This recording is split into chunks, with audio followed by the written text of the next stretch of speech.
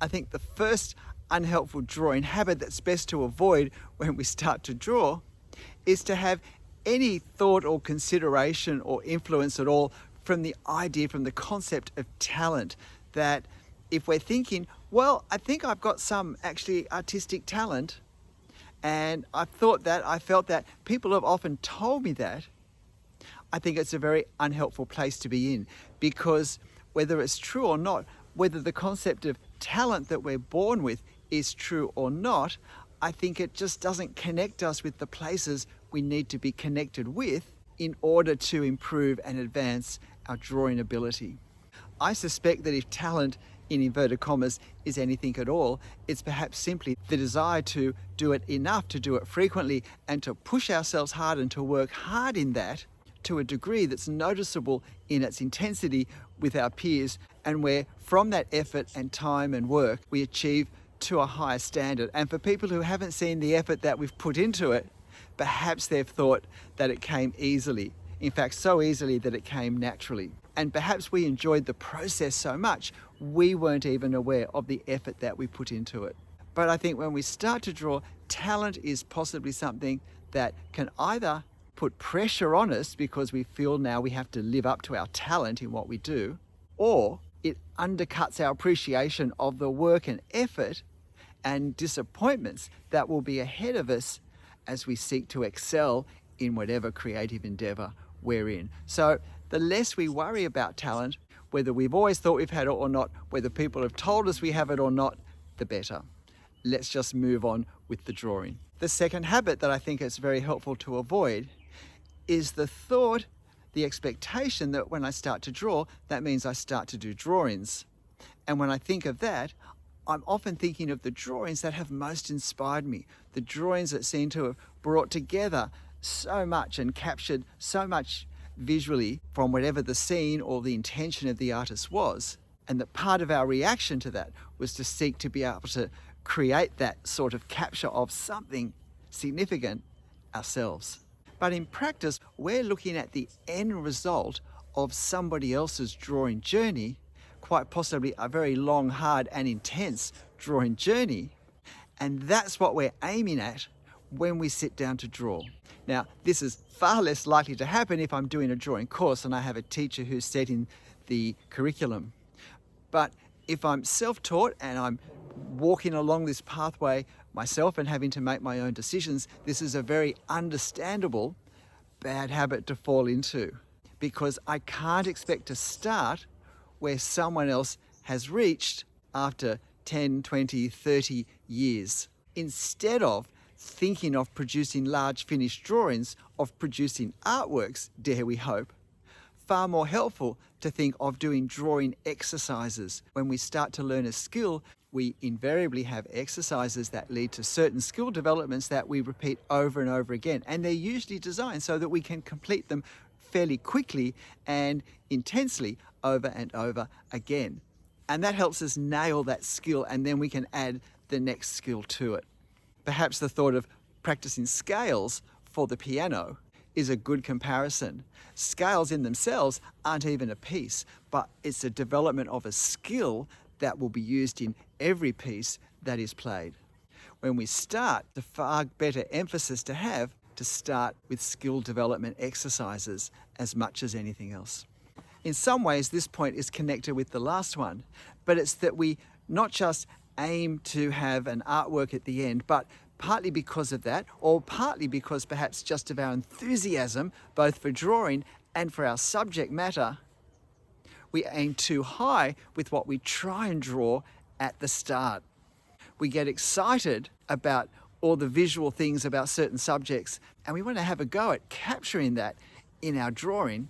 And so we aim at subjects that are way beyond our ability to do well. Enthusiasm is great, but acting totally on enthusiasm is not always the best wisdom. And if we think of drawing improvement is developing better and better habits for every part of the drawing process, then if I'm drawing subjects that simply are too hard for me, that overwhelm my skill level in area after area, what that means is over time, I do drawing after drawing that is weak in some way or ways. And the real problem with that is the longer we're in a bad habit, the harder it is to break it. And in fact, with drawing, we may get so used to seeing things that really are, from a drawing point of view, perhaps quite weak, but for us, they've become what looks normal, so that it becomes even harder for us to see the issues that in fact we need to work on. So I need to start with subjects that I have a chance of capturing well in my drawing, with as few different elements as possible. And then as I manage those well, I start to add complexity in different ways to it. The next habit I certainly don't want to fall into is that of fearing mistakes. And by mistakes, I mean a line or a mark that's not where you want it to be, or it's not doing what you wanted it to do, where you ended up not having the control you would have liked, or where you hadn't actually worked enough out when the pen hit the paper. Whatever the reason is, fear of mistakes is often way overblown in our thinking when we start to draw. I think it's a pressure that can partly come from the idea of I need to produce an artwork in this drawing session, and therefore I'm afraid of things that will stop it being an artwork, that will ruin it being an artwork, because of course artworks don't have mistakes in them. And I hope you can see how unhelpful thinking grows more unhelpful thinking, which develops more unhelpful thinking, and it's a whole cascade of unhelpfulness. So it's really good to avoid it at the start. Now, this certainly didn't come naturally or easily for me, but I've come to see mistakes as my friend, because mistakes show me where I can helpfully focus to improve my drawing. They show me what I need to work at, and maybe I need to develop some drawing exercises so that for a little while, instead of trying to draw anything, I just work on the one particular area that I need to work on. And it may be something as small as the right-hand side of a dome curve, which for me is always still a challenge.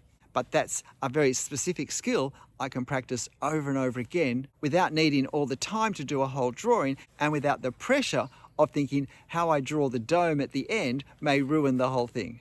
If we were learning the piano, we wouldn't beat ourselves up over wrong notes. So let's have the same attitude towards lines or marks that aren't quite where we want them to be. They're a perfectly normal part of the learning process, and they help direct us to the best path ahead. This next one's to do with what we're trying to do, our conscious thinking when we draw, that I think ends up being a particularly unhelpful habit. And that's to think that when I'm drawing from a reference, such as a photo, that my aim is to copy all the exactness of the photo as much as I can. The problems with this intention is that it does set us up for frustration and often not very effective drawings, because the detail can be so great in a given scene that it's overwhelming to the point where it becomes impossible to actually capture with our marks. Where if we try to, ironically, in trying to capture more realistically something, in more detail something more accurately, we end up with a finished drawing that looks less realistic than what we might have otherwise had. And as we get overwhelmed with trying to draw the detail that we see, we can slip into the habit of drawing patterns to represent that texture without even thinking about it. And that can be a hard habit to break out of further down the track. More helpful, I think, is when we look at our reference, or whether it's something in front of us that we're drawing, is to think visually, what's the effect of what I'm seeing? Don't worry about what it is, not try to see the individual parts that I know and understand, but instead to pull back and say, what's the overall effect, the visual effect, the lights and the darks and the edges? What is it that I can actually see in a more generalized way? And then what marks will capture that effect? It's the difference between looking at foliage and drawing leaves and trying to draw leaves, and instead trying to define a form with various marks and use hatching to create the effect of the shade and shadows on that foliage. This next point again is very understandable, because often when we start drawing, We've particularly seen drawings that have really inspired us, that have sparked some passion within us to have a go with our own creativity to produce something that looks like that. And we've looked at these works by certain artists and we've thought, they're amazing. I really want to draw like them. How can I draw like them? How do they draw the way they do? How do they put the marks on the paper to create the effects they create? And then when I draw, my focus is on remembering all of their technique and doing my best to incorporate this in my own drawing. And the problem with that is that my focus is something external to my own creative processes for a lengthy period while I'm actually in the process of drawing. It's not that we shouldn't be inspired and informed by the work of other artists. That's a very natural part of our drawing development and improvement. But when I'm drawing, at that point, it's more helpful to use all of that in a general sense in my mind, but to actually focus on my own creative processes, see where they take me, and then when I look at my drawing afterwards, make choices from that about how I might improve, shift, tweak, develop, whatever.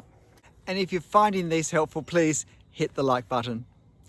But I feel possibly the most unhelpful habit to get into, and it's the one I've left till last, and it does flow from that last point again, is the habit of actually copying the drawings of other artists. And again, it's understandable to see why we would do that. We love how their drawings look. We would love our drawings to look like their drawings. And if I copy their drawings, surely I will start to pick up by osmosis somehow the ways in which they draw. That if I keep copying their artwork enough, at some point my artwork will start to look like theirs. And there's really, really important reasons why this is unhelpful. And the first is, we don't learn how they made their marks by copying their marks.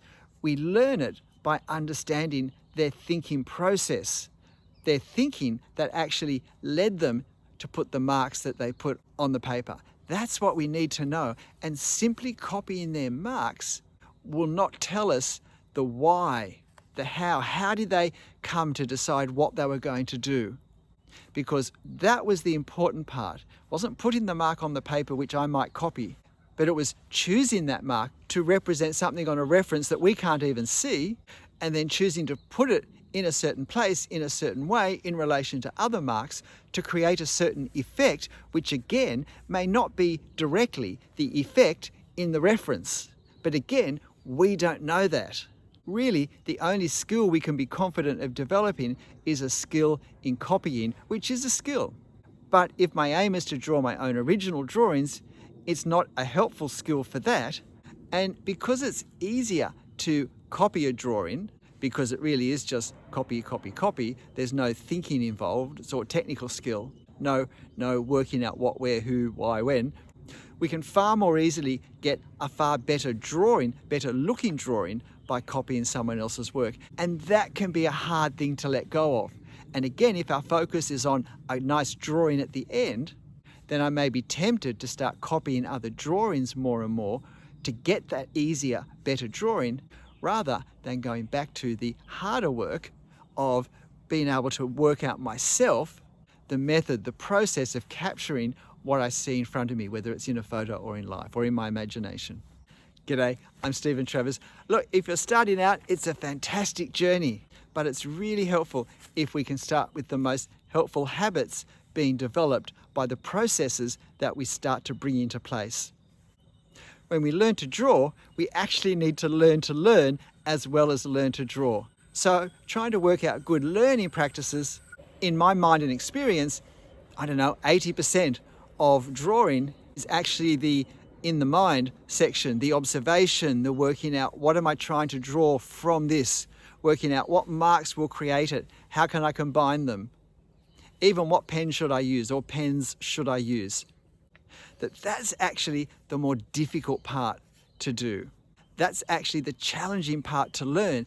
That's the part that we really have to work hard at finding and nurturing and getting practice in.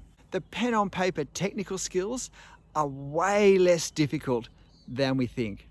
Because if we know the marks we want to make and we know where we're putting them and why, it's a lot more straightforward to do. And we're not copying someone else's drawing style, we're actually creating our own. We're finding our own voice and learning to speak more loudly and more clearly with every drawing we do. I hope you found this interesting. If you're a beginner drawer, all the best. It's actually a great journey to be on. And the best way to avoid the discouragement that can often come with part of this journey is to do our best to sit in healthy habits that will actually lead us forward, rather than fall into ones that might seem to make sense in some ways, but in practice will hold us back from the place we want to go. But wherever you want to go, however you get in there, and wherever you're up to right at this point, make sure you have fun. I'll see you next time. Bye.